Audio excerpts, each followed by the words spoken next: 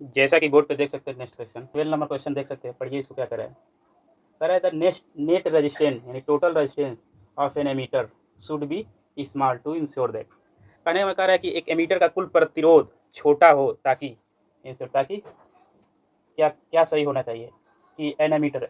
और ये सबसे पहले नेट रेजिस्टेंस क्या कह रहा है, नेट रेजिस्टेंस और एन एमीटर, किसी एमीटर का टोटल रेजिस्टेंस छोटा हो ताकि क्या होगा। तो सबसे पहले एमीटर का बात हुआ, तो एमीटर क्या होता है। एमीटर किसी सर्किट में, किसी भी सर्किट का कह ले या किसी मतलब सर्किट में करंट फ्लो होगा ही, तो एमीटर का काम क्या है कि उस सर्किट में कितना करंट फ्लो हो रहा है उसी को मेजर किया जाता है। ठीक है, मेजर करना होता है। ठीक, तो अब ये और एक चीज़ और बता दूं कि ये एमीटर हमेशा सीरीज में जोड़े जाते हैं। किसमें? सीरीज में, श्रेणी में जोड़े जाते हैं। ठीक है, करंट मेजर करते हैं तो क्या होना चाहिए, बता दिया कि रेजिस्टेंस, नेट रेजिस्टेंस छोटा होना चाहिए। तो बात सही है, मैं बताता हूँ अभी कि अगर जैसे सपोज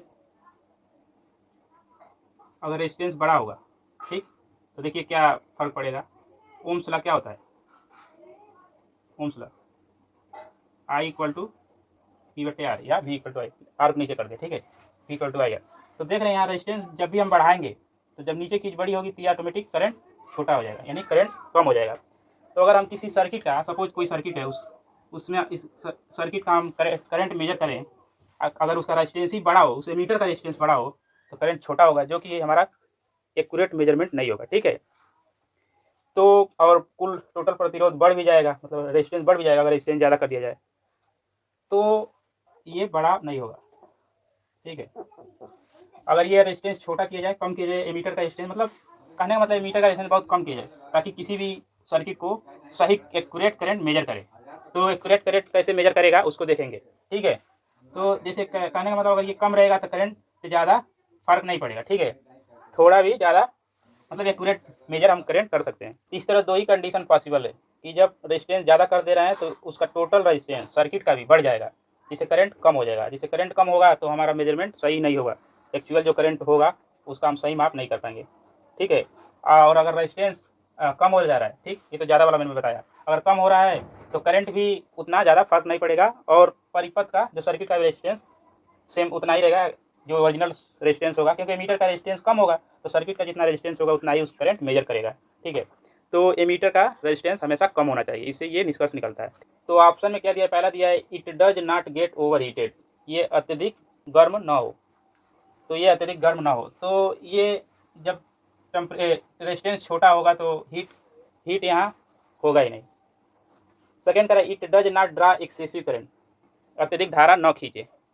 लाइट चली जाती है, तो सेकेंड ऑप्शन करें it does not draw excessive current, मतलब ये अधिक करंट न खींचे या अधिक धारा न खींचे।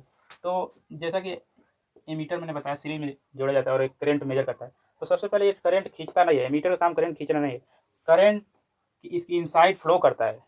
जब भी किसी सर्किट में करंट मेजर करते हैं तो सर्किट से होते हुए एमीटर के इनसाइड करंट फ्लो करता है। तो यहाँ कह रहा है कि नॉट ड्रा एक्सेसिव करंट, मतलब करंट न खींचे, तो ये ऑप्शन होगा ही नहीं और ये ओवर हीटेड होगा ही नहीं, क्योंकि जब रेजिस्टेंस स्मॉल है, छोटा है, तो हीट का सवाल ही नहीं पैदा होता। थर्ड ऑप्शन है it can measure large current, ammeter क्या लार्ज करंट के लिए मेजर होता है? नहीं, लार्ज करंट मेजर करने के लिए हम एक पढ़ते हैं शंट। क्या है? शंट, पढ़े होंगे आप लोग, पढ़ लीजिए। शंट डिटेल में यहाँ नहीं बताएंगे क्योंकि यहाँ क्वेश्चन करा रहे हैं। तो शंट से हम लार्ज करंट, जो लार्ज करंट है उसका मेजर करते हैं शंट की हेल्प से, तो ये होगा नहीं।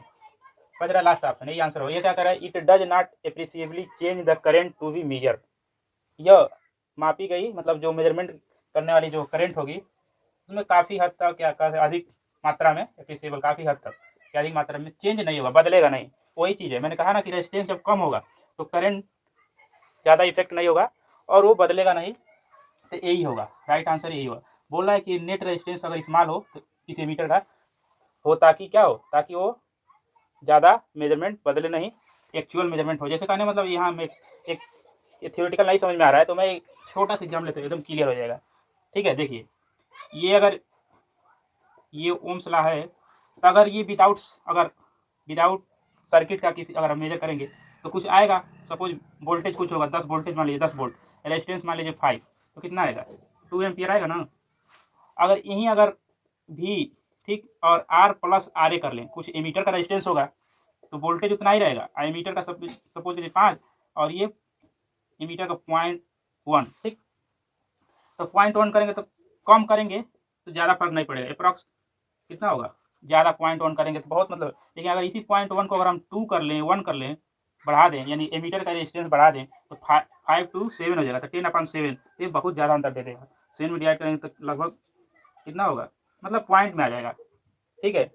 ये करंट काफ़ी चेंजेस करेगा, इसलिए अब क्लियर हो गया होगा। इसलिए जो एमीटर का रेजिस्टेंस होता है, नेट रेजिस्टेंस, वो कम से कम रखा जाता है ताकि वो एक्यूरेट करंट सर्किट का मेजर कर सके। तो ये इसका 4 नंबर आंसर होगा। ये ज़्यादा मेजरमेंट की करंट को ज़्यादा चेंज ना करे, ठीक है, काफ़ी हद तक, मतलब अधिक मात्रा में काफ़ी हद तक चेंज ना करे, नॉट लिखा है, ठीक है ना। तेरा आंसर। नेक्स्ट क्वेश्चन देखते हैं।